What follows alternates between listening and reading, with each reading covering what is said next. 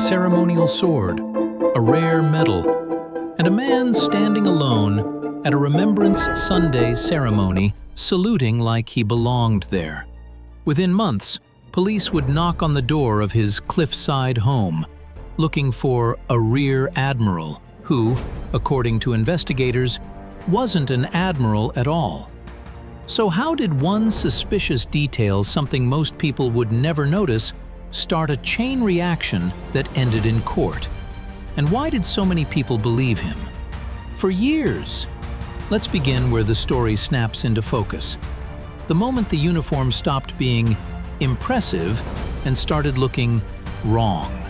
According to publicly reported accounts, Jonathan Carley, formerly a history teacher, attended a Remembrance Sunday service in Llandudno, North Wales, dressed as a rear admiral. That's one of the highest ranks in the Royal Navy. He joined the wreath-laying, saluted the memorial, and blended into a moment that's meant to be about respect, remembrance, and community. But people who actually served noticed something off.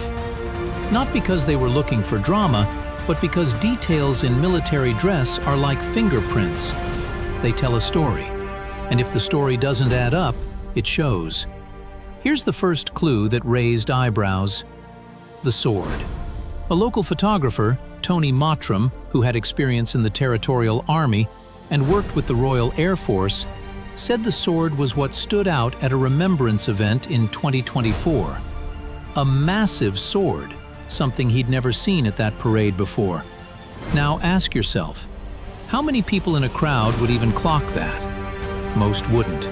But to veterans, a single out-of-place item isn't style. It's a signal. Mottram said the man stayed in the background, kept to himself, and didn't seem connected to anyone else there. And in these circles, that matters, because remembrance events often involve long-standing local veteran communities where people recognize each other. So if people were already suspicious in 2024, why wasn't he confronted immediately? Because suspicion isn't proof, and publicly challenging someone at a remembrance ceremony without certainty can cause the very disrespect everyone is trying to avoid. But the seed was planted, and quietly, people started watching. Then came the second clue: the medals. In 2025, Carley returned for Remembrance Sunday again, reportedly without the sword this time. But witnesses say the uniform details and the medal selection still didn't sit right. One medal in particular became the "this can't be right" moment: the Distinguished Service Order, or DSO. Rear Admiral Dr. Chris Perry described it as a rare and exceptional award, one that is not commonly seen. He also noted that only a small percentage of people who join the Navy ever reach Rear Admiral. That's the thing about high-level military honors. They're not just decorations. They represent specific service histories, specific paths often known within the community. So what happens when a person wears a story on their chest, and that story doesn't match reality? This is where the story shifts from odd to action. Chief Petty Officer Terry Stewart, who spent 27 years in the Royal Navy, said he'd been warned about what happened the year before. At the 2025 event, he decided to approach the supposed Rear Admiral directly. He did it by the book. He approached, saluted, introduced himself, and asked a simple question: "Who are you?" According to Stewart, Carley replied that he must go and said he'd been invited by the Lord Lieutenant's office. He returned the salute, gave his full name, and appeared confident, like someone who wasn't worried at all. And that confidence is important, because confidence is what makes a performance convincing. But confidence doesn't answer the real question: could he prove he was who he claimed to be? Police later became involved. Carley was charged under an old law that prohibits wearing a military uniform or dress bearing the mark of His Majesty's forces without permission. He later admitted the offense and was fined £500.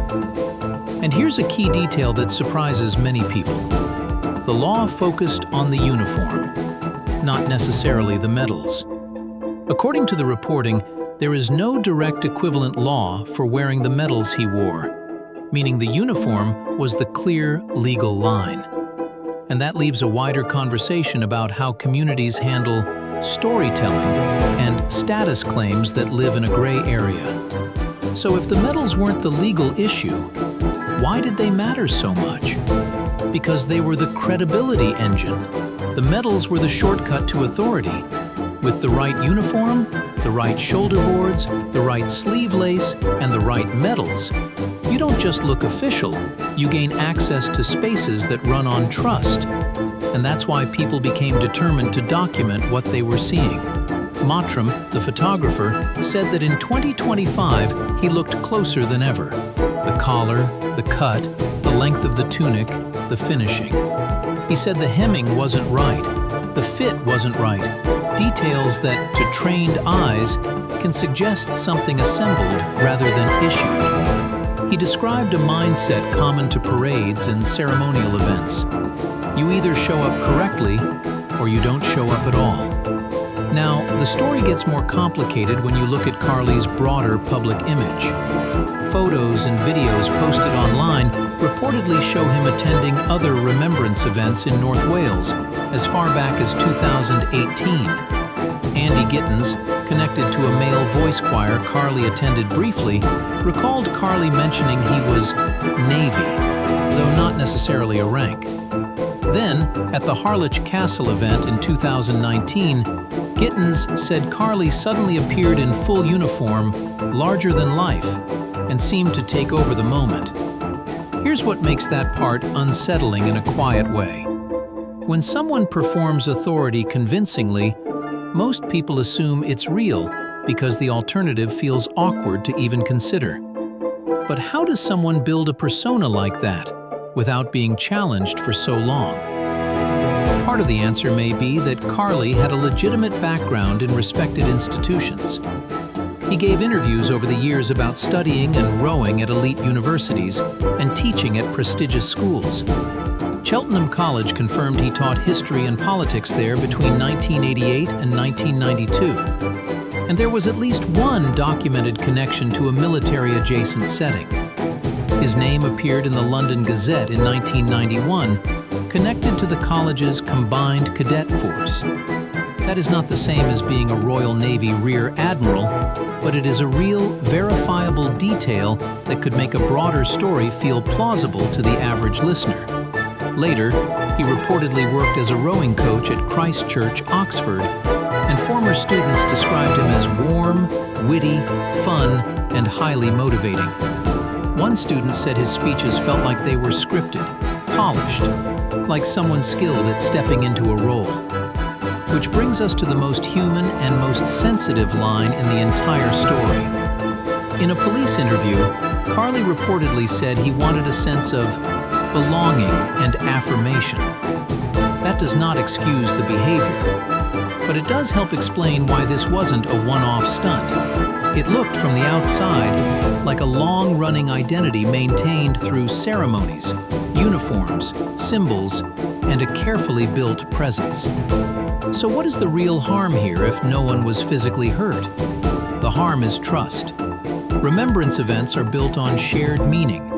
They're moments where communities honor service and sacrifice without turning it into spectacle.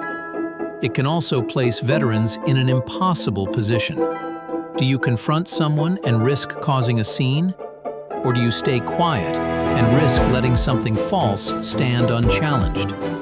This story lands where many real-world stories land. Not in a movie moment, but in a lesson. Symbols matter especially in spaces built on honor. Uniforms and medals aren't props, they're histories. And when someone wears them without permission, it doesn't just mislead strangers, it can undermine the meaning of the event itself. If you've ever wondered how communities spot these inconsistencies so quickly, comment details.